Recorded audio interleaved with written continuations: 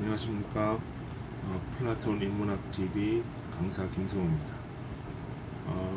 얼마 전에 그 8.15 경축사에서 대통령이 아주 의미 있는 선언을 했습니다. 그 통일 독트린이라고 하는 것인데, 이제 그 결과적인 내용을 보면은 자유주의 국가들과 연대해서 자유민주주의로 통일하겠다. 그리고 통일의 주체로서 북한 주민들도 포함시킨다. 통일 주체가 된다. 이런 통일 선언을 했어요. 그리고 그것이 광복의 마침표다. 이런 얘기를 했단 말이에요.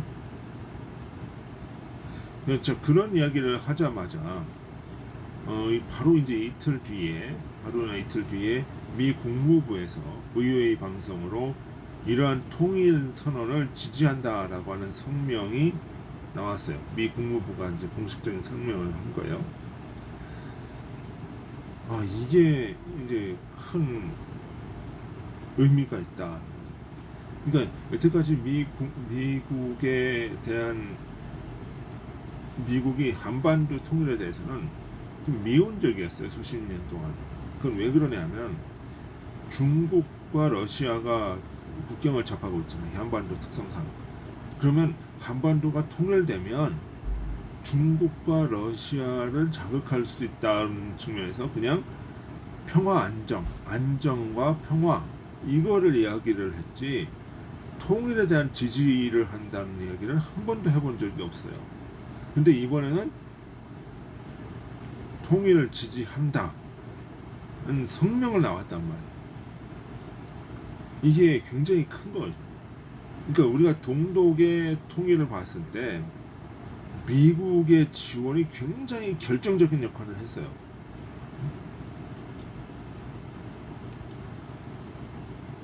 그러니까 미국의 그 당시 이제 레이건 대통령이 베를린에서 장벽에서 연설을 할 때 이 장벽을 허물 것을 고르바초프에게 촉구하는 그런 연설을 하면서 결국은 이 베를린 장벽이 허물어지고 통일이 됐단 말이에요. 그건 왜 그러냐? 이 동독의 통일은 바로 소속의 소련의 붕괴를 의미했기 때문에 거의 동시적으로 이루어졌어요. 동독의 통일과 바로 그 다음엔가 이제 소련이 붕괴된 그런 일이 벌어지죠. 그러니까 소련을 붕괴시키기 위해서는 독일의 통일이 필수적이다. 이렇게 얘기를 하는 거죠. 그렇지만 한반도에서는 그것이 아니었죠. 그 당시에는. 왜? 한반도와 소련은 그 역할이 좀 떨어져 있는, 물론 한 15km 정도 국경이 붙어져 있긴 하지만 직접적인 역할을 줄 수는 없었단 말이에요. 근데 이번에는 뭐냐면 중국을 무너뜨리기 위해서는 한반도의 통일이 필수다라고 하는 인식을 갖게 된 거예요. 거기다가 이게 이제 서방 국가들도 같이 동참을 하게 된 계기가 이 북한이라고 하는 이 존재가 얼마 전에 우크라이나 전쟁을 러시아를 지원하게 됐죠. 그러면 여튼 이제까지는 그냥 북한 한반도 그래 북한 인권 문제 심각하지.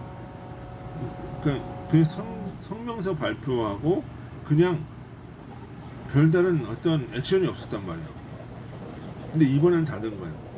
왜? 아니 북한이 가만히 보니까 러시아한테 무기를 대죠. 그리고 그 우크라이나 공격해. 그게 이제 서방의 위협이 된단 말이에요. 그러니까 이거 안 돼. 이제는 한반도가 통일돼야 돼. 라고 하면서 독일이 유엔사에 참여를 했단 말이에요. 가입을 했단 말이에요. 그러면 이 한반도에 지금 유엔사에 들어와 있는 나라들이 어떤 나라들이에요? 영국, 프랑스, 이제 지금 얼마 전에 가입한 독일, 이런 유럽의 맹주들이 다 들어오고 이제 미국까지도 통일을 선언 지지를 했다. 이제 그것이 나오는 거죠. 거기다가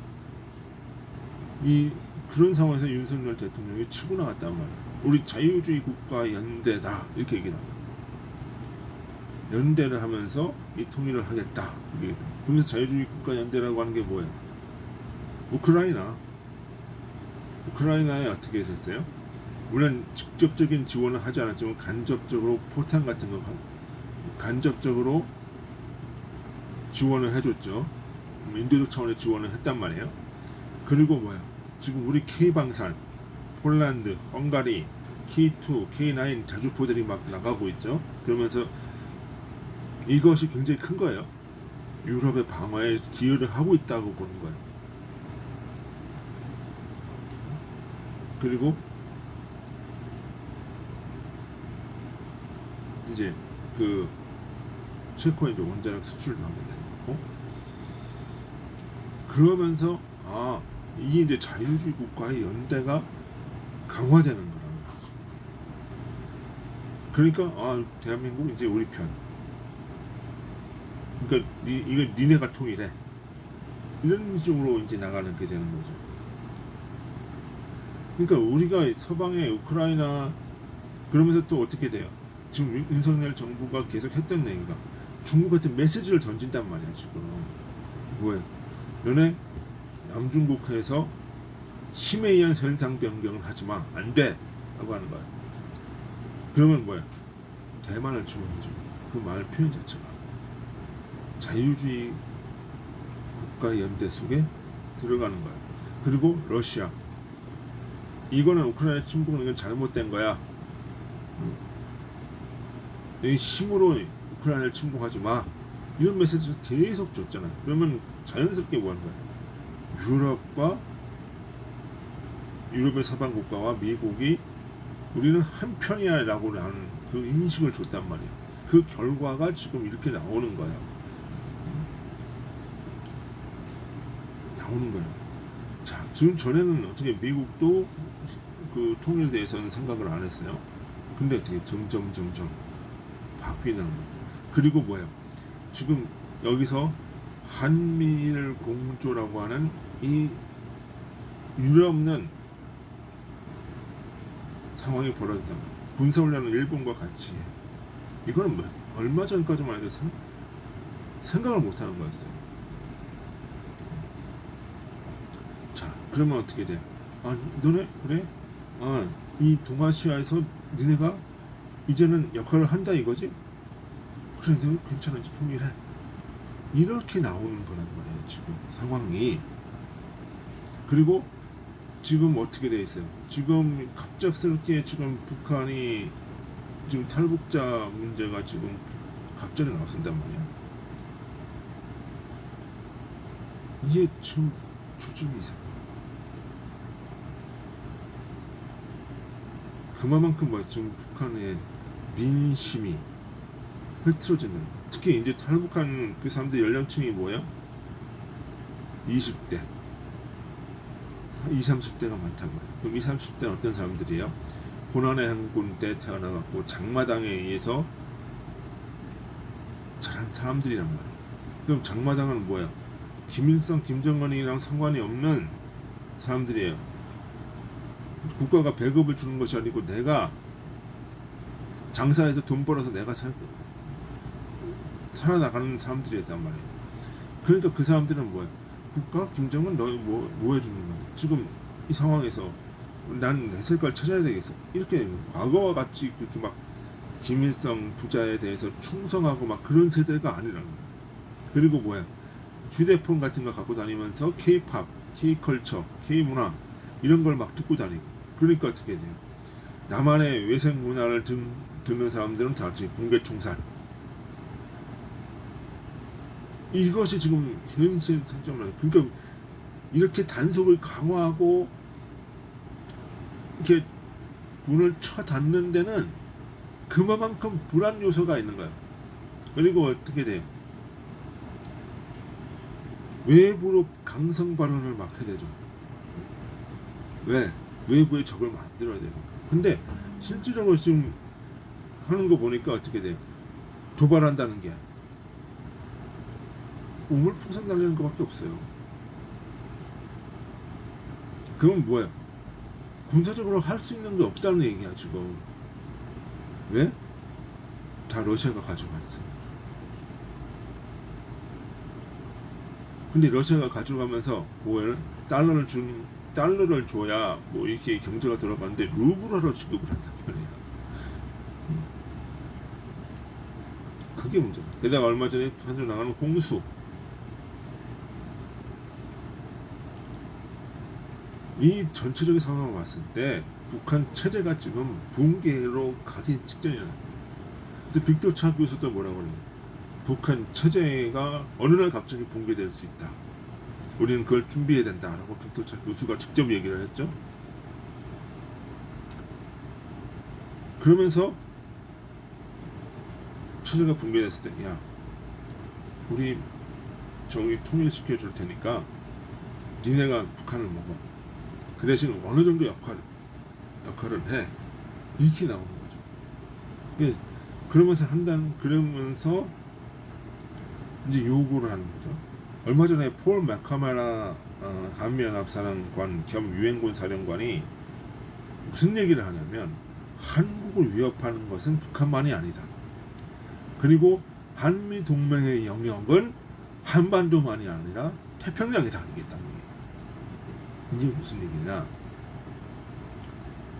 야, 너네 지금 북한만 너희가 위험하게 생각하면 안 돼. 러시아, 중국도 북한과 더불어서 위협 세력이야라고 얘기를 하는 거야. 그거 너희가 막아야 되는 거야. 너희도. 우리 같이 막아야 되는 거야. 이렇게 얘기를 하는 거야. 그럼 이 말은 무슨 말이에요? 같이 팀으로 짜가지고 공동으로 대응해야 된다는 거죠. 자, 실내를 한번 봅시다. 요즘에 카디즈 영공 침입하는 게 어느 나라예요? 일본인가요? 아니요.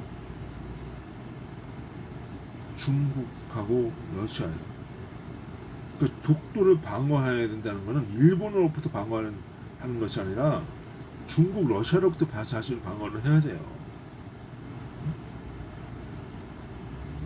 왜 그러면 카디즈를 왜 침범할까? 독도가 러일 전쟁 당시에 핵심 해군 기지였거든. 그러면 독도는 뭐야? 국내 가시예요. 러시아한테도. 그러니까 자꾸 내려온단 말이야. 야, 그럼 너네 언제까지 이 북한만 상대하고 그러고 있을 거냐는 거지. 너네 세계 군사력이 세계 6위라며, 그리고 경제력은 세계 10위라며. 그런 나라가 과연 그 북한의 하나에 매여가지고 이렇게 있는 것이 맞는 얘기냐? 너희도 전략국가가 되라는 얘기야. 전략국가가. 그래서 이 반경을 어디로 가요? 이제는 아시아 태평양 지역으로 세계적인 전략국가가 되어야 된다는 거죠. 그 같이 가자는 거죠. 그리고 미국이랑.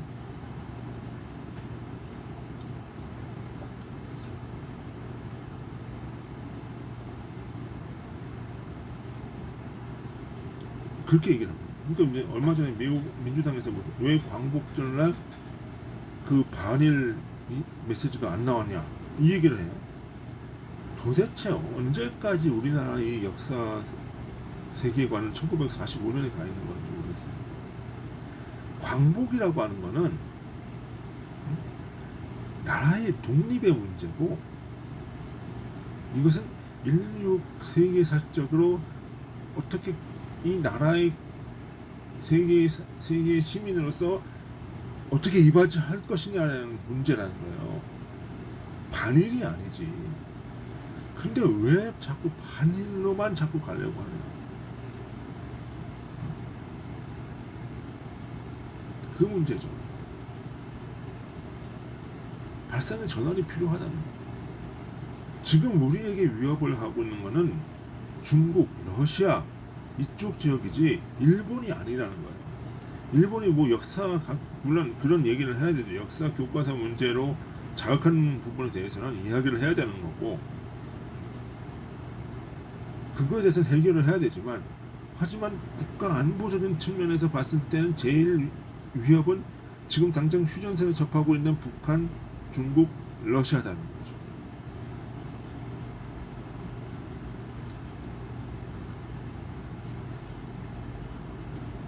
그러니까 그런 공통의 적에 대한 인식을, 적에 대한 경계를 넓혀라는 거예요.